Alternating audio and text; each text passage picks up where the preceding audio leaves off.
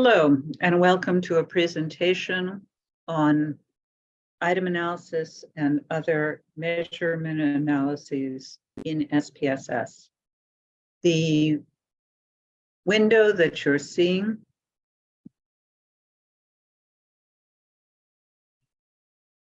contains data for 25 people demonstrated by their ID numbers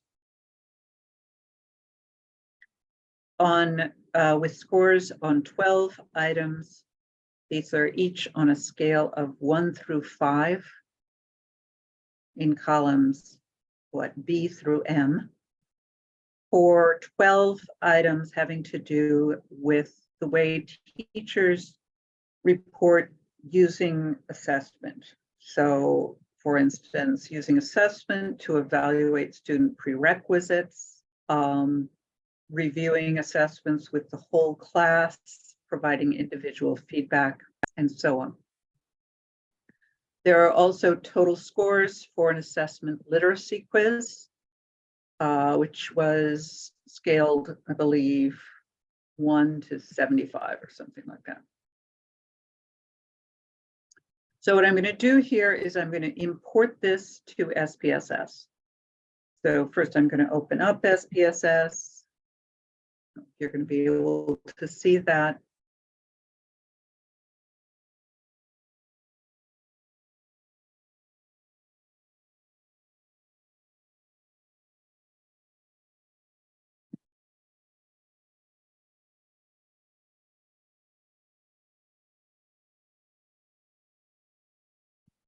Okay, so now I have an SPSS window open.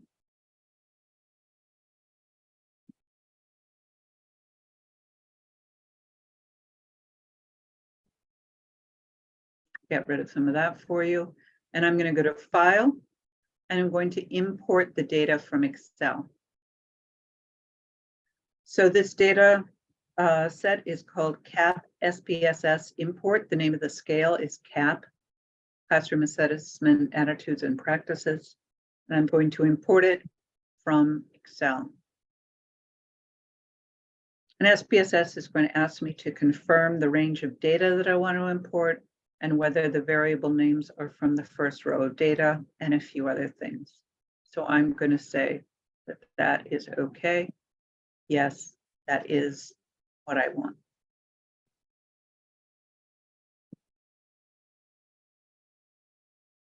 So now I see the variables in SPSS. And if I look over, I can also, I'm checking to make sure that you're seeing my screen sometimes. That goes on and off in Zoom. So you can see the scores on each of these variables that I imported. So what we want to do is we want to do an item analysis and a reliability analysis of the purported CAP scale. We want to see what its quality is. So we're going to go under in SPSS. First thing I'm going to do is I'm going to save this in case I should lose it later. And I'm going to call this CAP class.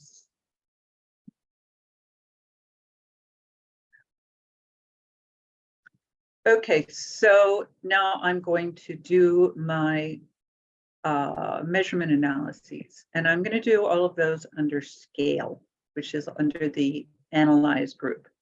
You see there's something called reliability analysis. So first I want to label the scale. Scale is called CAP, and then I want to choose the items that compose the scale. So these are the items between attitude and use. 12 items.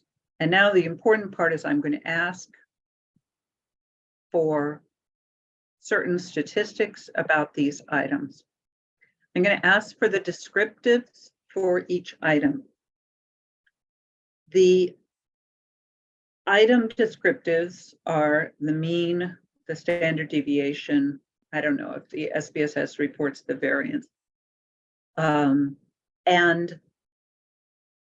the mean is the as the p-value. The only difference from a p-value with a dichotomous item is whereas the p-value for a dichotomous item ranges from 0 to 1, the p-value for a scaled item where, for instance, these are 1 strongly disagree to 5 strongly agree, is that the item is on that, the item mean is on that scale, so that the mean value of 3 would be in the neutral range. I'm going to ask for the inter-item correlations matrix so I can see how strongly each item is related to each other. I'll ask for the covariance matrix just because I can. I'm going to ask for the total scale descriptives so I can just see what the total score is for people and the average score. And I'm going to ask for the descriptives for scale if item deleted for reasons you'll see soon. I'm going to tell that to continue, and I'm going to get my output, and I'm going to make sure that you could see mine. Okay, so we have 25 cases, and none of them had missing data. The reliability analysis and item analysis will omit any values, any cases where they're missing values. The Chromebox alpha is 0.90, which is pretty good. You have also reports here that you have 12 items. You don't need to pay attention to Chromebox alpha based on standardized items. The standardized items means that each variance has been set to 1, and we're not interested in setting the variances of our items. So there are 12 items, and there are 25 responses for each item. And here's our correlation matrix, which is something we want to look closely at. So of course, the diagonal is 1. Each item attitude has a perfect correlation with itself. That's not interesting.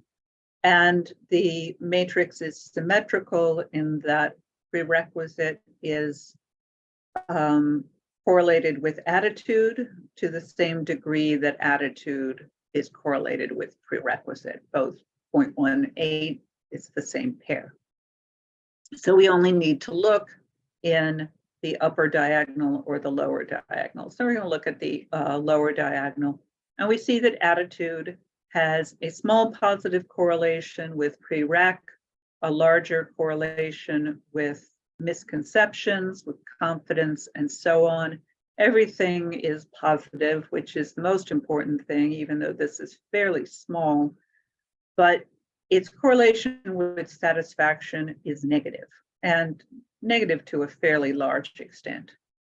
We're going to keep looking through here as bottom lower triangle, prerequisite, all looks good. Prerequisite actually looks pretty good with satisfaction and is quite low with use. Those are just things that we know. We're just observing for now, noticing. So we look misconceptions, relationships with the other variables. Again, we see this negative, or in this case, near 0 relationship with satisfaction. Confidence has positive relationships, a negative relationship to satisfaction. Analyze, we're just going to scroll quickly to see negative relationship near 0 with satisfaction, near 0 with reviewing, near 0 or negative with individual feedback, near 0 with attribution, near 0 with improvement. And so satisfaction appears to be a problematic item. Each item is supposed to be correlated with each other item on a unidimensional scale. We're not really going to use the inter-item covariance matrix. One thing to look at here is whether any individual items have particularly low variances. That means that there wasn't very much variability in response, which will affect the potential of the item to relate to any other item. You will note satisfaction has, I believe, analyze isn't very, has quite a low variance, but the variance of satisfaction is not strong. And again, the covariances of satisfaction with most of the other variables, like the correlations, are negative. Just a note, if you added up every single value in this matrix, you would get the total score variance. So now we're going to look at the item total statistics. And the thing that I'm most interested in here is Chromebox alpha if the items were deleted, because this gives us this kind of interesting thing where just allows you to see what the effect on the overall reliability would be if one item were taken away. And so if you have one item that appears to be flawed, you can see whether the scale would be improved, another indication that it's flawed if you took out that item. So the item we're concerned about here so far has been the satisfaction item. And in fact, our Chromebox alpha for the 12 item scale was 0.89, 0.90. And for the, if the satisfaction item were taken away, it would be 0.92. Now, this isn't a gigantic increase. Note that taking away no other items would increase the reliability. It's not a gigantic increase. There isn't, based on that, there's no strong reason to get rid of the satisfaction item. However, if this were a pilot and I was going to use the data for with more cases, I would probably get rid of the satisfaction item. Looking back on these individual covariances or the individual correlations, it's really at best useless item, and this large negative correlation here, it suggests I'd go and I look at the content, but I'd look at the content particularly to see. I don't know how I would really interpret it, and I would look at the content, but the item is concerning, and I would consider removing the item from future use.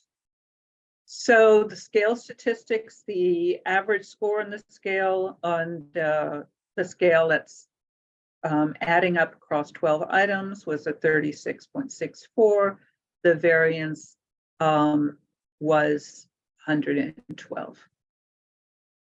So that gives us our reliability. It gives us our analysis of the inter-item correlation matrix. It lets us see the relative variances. These are all the typical things that we look at. We get some extra information than we would easily get otherwise with the Chromebox alpha if the item were deleted. The one piece of information that we do not have from this is we do not have the discrimination indices.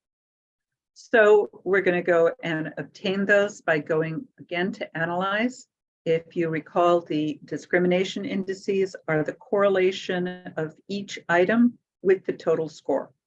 And actually, before we can get the correlation indices, we have to get a total score for this 12-item scale. And I'm going to continue to treat it as a 12-item scale, not getting rid of satisfaction, because I would only get rid of satisfaction if I were doing another round of testing on the instrument. But we have to come up with a total score for CAP. So we're going to compute a new variable, and that variable is going to be CAP, total score, TS. And that is going to equal the average of all these 12 variables.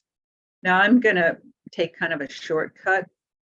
Normally what you would do, and pay attention to this, is that you would, have to put in each variable name separated by a comma. So attitude, comma, prereq, comma, misconcept, comma, and so on. In SPSS, if the variables are all together with no other variables in between them, you can use the word to, and it will give you all the variables. And you can only use this in the computing command. You can't use it all over the place. It's a little bit dangerous to use, but I happen to know that it will work correctly here. So I'm creating this new variable, which is the total score. And if you look back in your data file,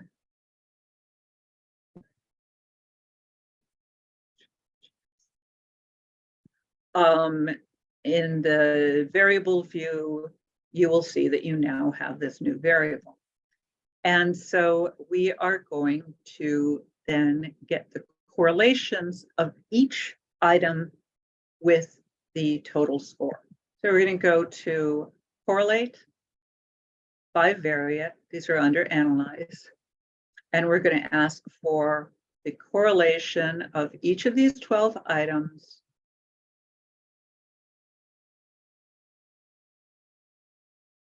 with the total scale.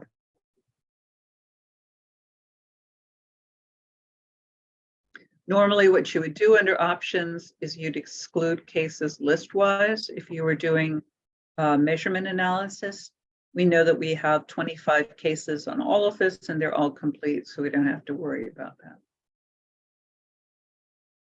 So, oh, I shouldn't have done that. I'm going to redo it so the data look a little bit cleaner. In fact, if you don't choose list-wise, it gives you all this unnecessary information, which we don't want. Okay, so what we see now is we see what we're interested in is the correlation of each variable with each other variable, with the total score.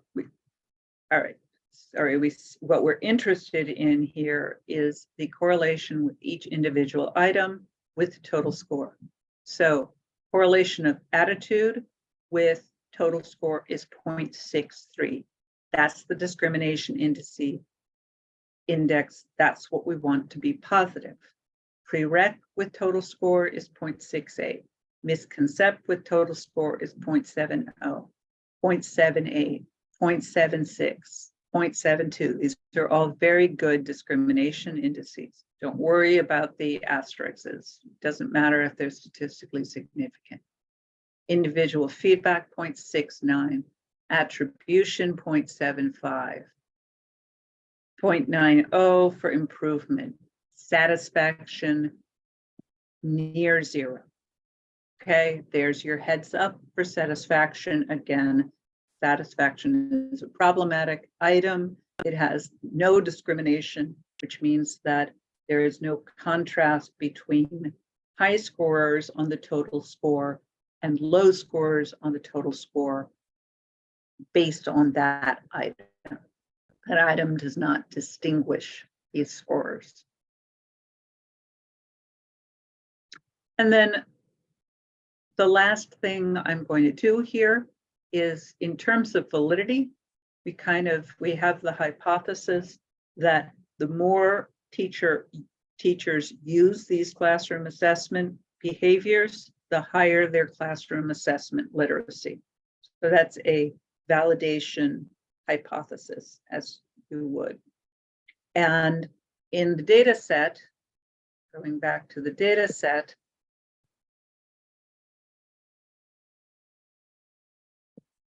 we have already calculated a assessment literacy score as the total across the assessment literacy items. In your own data set, you may need to calculate that score. But we've calculated already, And so we're interested in the relationship, which we've hypothesized a moderate, at least positive relationship between classroom assessment practice and classroom or assessment literacy. So we're going to take a look at that. We're going to go to correlation again. We're going to reset all of this. We no longer want that. What we want is the relationship between the total score on CAP and the literacy score.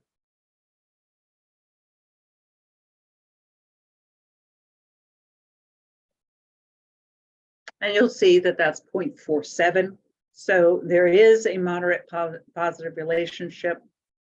Teachers with greater assessment literacy tend to have more frequent practices in classroom assessment. So that's just how to do a number of basic measurement analyses in SPSS, and I hope the video was useful.